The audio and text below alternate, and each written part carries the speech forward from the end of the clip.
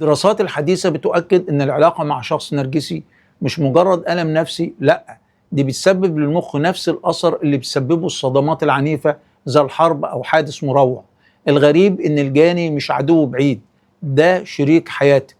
ممكن شريك حياتك يتحول لأخطر تهديد لجهازك العصبي. إزاي الزوج النرجسي بيعامل زوجته؟ وإزاي تكتشف العلامات قبل ما تدفعي أغلى ثمن من صحتك النفسية والجسدية؟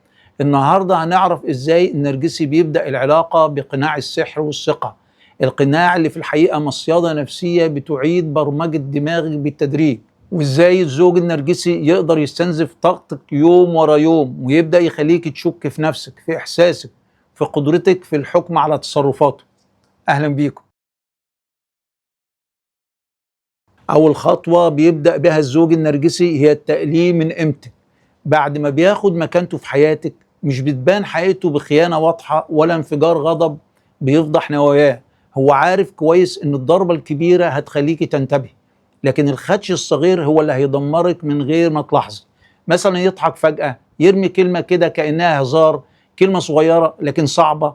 المرة اللي بعدها ضحكة سخرية، بعدها تعليق باين إنه بسيط لكن بيزرع بداخلك إحساس إنك أقل. في الأول تقولي يمكن هو كان بيهزر، بعدها يمكن أنا اللي فهمت غلط، وبعدين يمكن فعلا أنا المشكلة. تسألي نفسك أنا فعلا حساسة زيادة ولا هو اللي بيخليني أصدق كده؟ ده اللي بيتعمد يعمله الزوج النرجسي. مش بيجي مرة واحدة، لكنه يخليك تفقدي إحساسك بنفسك تدريجيا. صوتك الداخلي اللي كان واثق يتحول لصوت مشوش متردد ضعيف. وهنا يبدأ التآكل الحقيقي، مش في صورتك قدام الناس لكن في صورتك قدام نفسك. سؤال دايما بتسأليه لنفسك، هل أنا فعلا زي ما بيقول؟ وفي اللحظة دي من غير ما تحسي بتكوني دخلت الدايرة اللي هو عاوزك تعيشي فيها، دايرة الشك اللي هي البوابة الأولى للسيطرة الكاملة. تاني طريقة بيعاملك بها النرجسي هي التلاعب بالذنب والعقاب. واحدة من أخطر أسلحته مش التهديد بل التلاعب بالذنب. التلاعب بالذنب أعمق بكتير، لأنه بيزرع بداخلك إحساس مستمر إنك السبب، أنت المسؤول عن تعبه، أنت اللي ما فهمتيش قصده، أنت اللي دايما مقصرة. وكل مرة تحاولي تعترضي العقاب جاهز، مرة بصمت قاتل يخنقك، مرة بإهمال يوجع أكتر من أي كلمة، ومرات بلوم مستمر يخليك تصدقي إن المشكلة فيكي أنت. تعيشي طول الوقت خايفة، تفكري 1000 مرة قبل ما تتكلمي، توزني كل كلمة كل حركة كل نظرة. ومع الوقت تلاقي نفسك بتفقدي ثقتك في حكمك في قراراتك في قدرتك انك تاخدي خطوة من غير ما ترجعي له. كأن حياتك كلها مربوطة بخيط ماسكه هو، يشد وقت ما يحب ويتركك تنهاري وقت ما يحب. تالت طريقة للنرجسي هي غياب التعاطف وطلبه المستمر للمدح. النرجسي هدفه الوحيد هو التعظيم فيه، هو بيدور على الإعجاب بس. كل كلمة مدح منك بتغذي نرجسيته، كل إيماءة إعجاب بتغذي صورته المزيفة قدام نفسه. لكن أول ما تقللي المديح يبان وجه جديد بيغضب، غضب وكأنك ارتكبت جريمة، فتبدأي تزودي المديح تاني عشان تحصلي على مقابل. لكن مع الزوج النرجسي مفيش تعاطف، مفيش دعم، مفيش أي رد فعل لمجهودك. تحكي له عن تعبك يتجاهل، تدوري على دعم يقلب المشكلة عليك، تطلبي حل للمشاكل تلاقي صمت بارد يكسرك أكتر. فتعيشي إحساس الوحدة، مش وإنت بعيد عنه لكن وإنت جنبه. ووجوده يصبح عبء كبير، شخص بيستنزف طاقتك كل يوم وما بيقدمش أي شيء في المقابل. رابع حاجة قناع النرجسي وحقيقته. أغرب ما في الزوج النرجسي إنك بتعيشي مع شخص بوجهين. قدام الناس بيبان الملاك، رجل مثالي، زوج رائع، الأصدقاء يحسدوكي، العيلة تشكره، والجيران يفتكروا إنك أسعد إنسانة في الدنيا. ابتسامة مرسومة، كلام منمق، إيماءات محسوبة بدقة تخلي كل اللي حواليه يقتنعوا إن النسخة الكاملة من الزوج اللي بيخلي أي حد يتمنى يكون في مكانه. لكن ورا الأبواب القناع بيقع، يظهر الوجه الحقيقي، قسوة، تحكم، كلمات جارحة، وصمت عقابي يوجع أكتر من أي صوت. في العلن بيديلك صورة الحماية، في الخفاء بيسلب منك الأمان. في العلن يضحك معاكي، في الخفاء يخليك تنهاري. التناقض ده مش بس مربك، ده بيحبسك في خدعة. تبدأ تسألي نفسك، هو أنا اللي متوهمة؟ هو ممكن تكون المشكلة فعلا فيا؟ لأن لما تحاولي تحكي مفيش حد هيصدقك. إزاي يصدقوا وهم شايفين ملاك ازاي يتصوروا انه شيطان ورا الابواب. ودي اصعب جزء، مش العنف ولا الكلمات. الوحدة بتبدأ لما صوتك ما يتسمعش، لما ألمك يتاخد باستخفاف، فتعيشي في عزلة صامتة تحس انك بتغرقي، بينما العالم حواليك بيمدحوا وبيعتبروا النموذج المثالي. وده بالظبط اللي بيخليك ضحية محاصرة بين جراح العلاقة من جهة والكذبة الاجتماعية الضخمة عنه من جهة أخرى. كذبة تخليك لوحدك، خايفة تحكي، خايفة حتى تصدقي إحساسك. وخامس تصرف نرجسي كلاسيكي هو اللوم ورفض المسؤولية.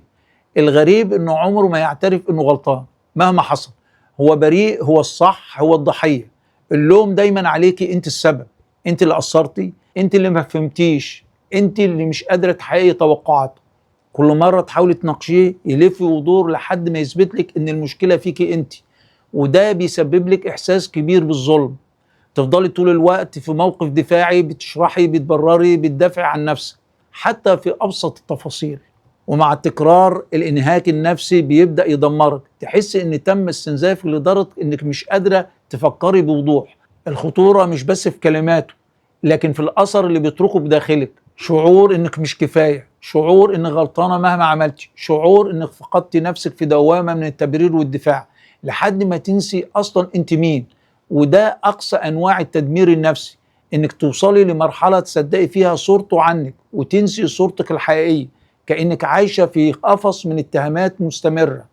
ومع الوقت مش بس بتتكسري، لكن بتتشكلي من جديد على صورته هو. وده أخطر ما في الأمر، إنك تتحولي لنسخة ضعيفة من نفسك، نسخة مش شبهك، نسخة باهتة بعد ما سرق روحك خطوة بعد خطوة. في النهاية لازم نحدد أساليب التعامل مع الزوج النرجسي.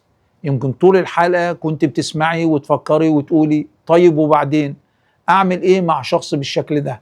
هنتناقش ونحدد طرق التعامل مع الزوج النرجسي. التعامل مع الزوج النرجسي مش مجرد خطوات سهلة، لكنه فن نفسي محتاج وعي وصبر وحدود واضحة. أول حاجة لازم تقتنعي إن مش هتقدري تغيريه. النرجسي بيقاوم التغيير وبيعتبر أي محاولة لإصلاحه إهانة. التغيير مش مسؤوليتك، التغيير قراره هو بس ومش هياخده. وده معناه إن تركيزك لازم يكون على نفسك أنت، على قوتك، على عقلك، على صحتك النفسية. تاني حاجة الحدود. الحدود هنا مش رفاهية، دي خط دفاع أساسي. يعني إيه؟ يعني لما يبدأ يلومك أو يرجع في دايرة الجدال اللي ملهاش نهاية، تقطع السلسلة، ما تدخليش معاه في لعبة إثبات مين صح ومين غلط. لأن الردود المختصرة الثابتة مش بتفتح باب للمناورة، بتسحب منه جزء من السيطرة اللي بيغذي نفسه بيها. تالت حاجة الدعم. النرجسي بيعتمد على انه يعزلك، يخليك تحسي انك لوحدك عشان يسهل السيطرة عليك. عشان كده لازم تبني شبكة دعم حواليك، سواء عيلتك او صديقة او معالج نفسي. ورابع حاجة الرعاية الذاتية. لازم تكون نفسك في اول القائمة. النوم، الاكل، الهوايات، التأمل، كل ده مش تفاصيل صغيرة، كل ده بيبني مناعتك النفسية اللي هو طول الوقت بيحاول يهدمها. واخيرا القرار الكبير. مش كل الناس قادرة تكمل في علاقة زي دي. في ناس بيقرروا ينفصلوا علشان يحافظوا على حياتهم وصحتهم النفسية، وناس تانية بيختاروا يكملوا لكن بوعي وحدود صارمة.